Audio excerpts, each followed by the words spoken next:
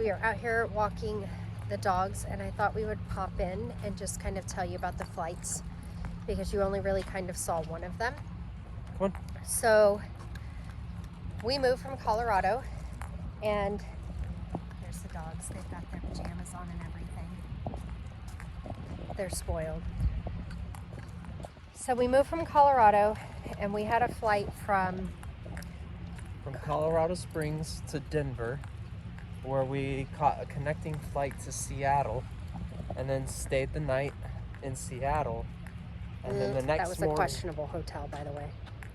Yeah, the La Quinta Seattle is currently undergoing renovations, and I'll let you read into that what you will. But then we got up at 2 o'clock the next morning and went to the SeaTac International Airport, where there was 2 different lines for us. So you have the Space A single soldiers line, and then they have a family line. We were the first family there, so we were... Okay, we were the first family there because I read online that the lines can be really long. So I was like, no, we need to... They open up and they start checking people in at 2:30 a.m. So we need to be there by 2. So we got there by 2. Well, that was all for the Space A line. Our line, we were the line. We just walked straight in, basically, with the dogs and everything, and it all went good. Now that flight from Seattle to the Yosan Air Base in Japan, which was like... They're gonna trip me. What was that, like a 12-hour flight?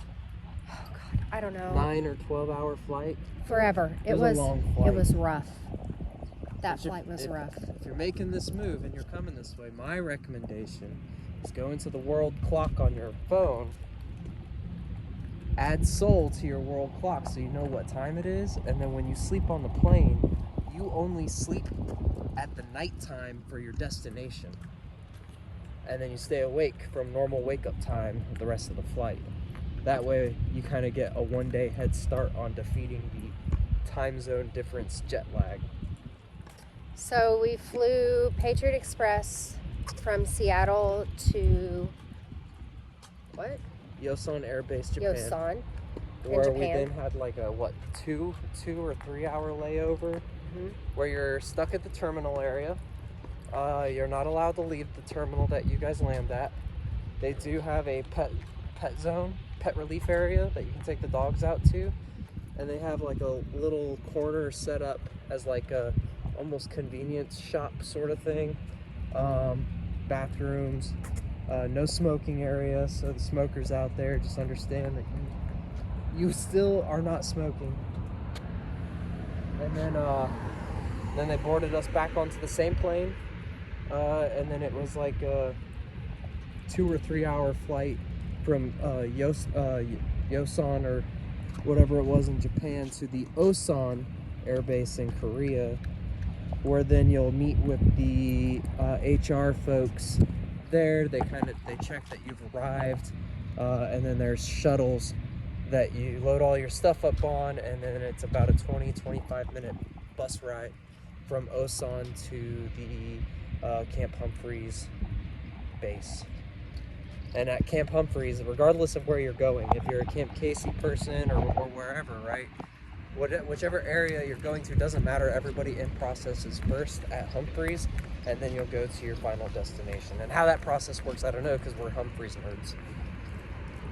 So that is how all the flights went. I didn't get footage of all of them because I was exhausted and it was raining, and I mean, honestly, by the time we got to the hotel in Seattle, we're getting like up the next day to board the final flight over, I was just done. I was over it. I was done. Didn't get any video, guys, but that's how that works. So it was a lot of travel time. How many hours of travel time do we have? From Colorado Springs to arriving here? Yes. I mean, we're taking into account an overnight at that point. Right. I mean, we left on the 19th, and we got here the afternoon of the 21st. Do the math. Well, yeah, but they're like a day ahead of us. They are, so you'll go backwards in time to get to tomorrow, because since you're flying from the West Coast moving west, you're going backwards in time zones until you cross the international date line, or whatever that imaginary line's called, and then you pass over into later tomorrow. So I think it was like 36 hours we had total of travel time, which was just a lot. It was a lot. But now we've made it, and we're settling in, and everything's going good. Another tip to avoid the jet lag, right? So I told you about using the World Clock app on your phone and sleeping like that on the plane. When you arrive to your destination, no naps. You push it till bedtime, as close to your normal bedtime as you can, and you set that alarm for your normal wake-up time, and you get up and you just pretend time zones don't exist, and you'll probably crash a little bit in the afternoons for the first day or two, but that's the trick that works for me. I nap. I don't nap. I nap and I figure it out eventually. I go to the gym.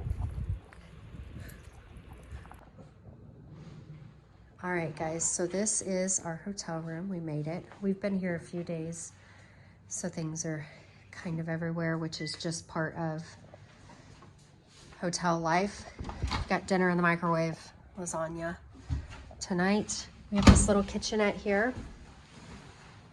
So we have a dishwasher, microwave, a 2-burner stovetop, and the good part about it is that it comes with like pots and pans and dishes. It doesn't come with the Pringles. You gotta buy those yourself, but the store is right down the road. It comes with your refrigerator, freezer. You get a little table. So for our kids, because they're a little bit older, so this couch folds out into a bed. And then we also got the rollaway bed that my son sleeps on, and it's right here, and then we move it over here at night. So you've got a lot of shelves and things. All the things are out of our luggage and just kind of everywhere. Got the bathroom here. And then mom and dad, of course, get the bedroom. There's 2 TVs, so there's a TV here and there, which is great if you're a gaming family. You got the closet, which is not big enough to hold all 7 luggages plus 4 carry-ons that we came over with, but it'll do. And then I'm going to show you guys my favorite part. So my favorite spot is right down the hallway here, right around the corner. I might sound funny. We got sick a couple days after landing, and then I'm pretty sure I'm battling allergies right now. Everything here, there's so many flowers and new pollens and things that we just haven't been exposed to before, so my system's a little bit of a wreck. So you have the vending machine here where you can get, like, you know, they've got Korean snacks and things in there, but this is my favorite. So you can come just right down the hallway and get a latte or a cappuccino or coffee or espresso. It's really awesome.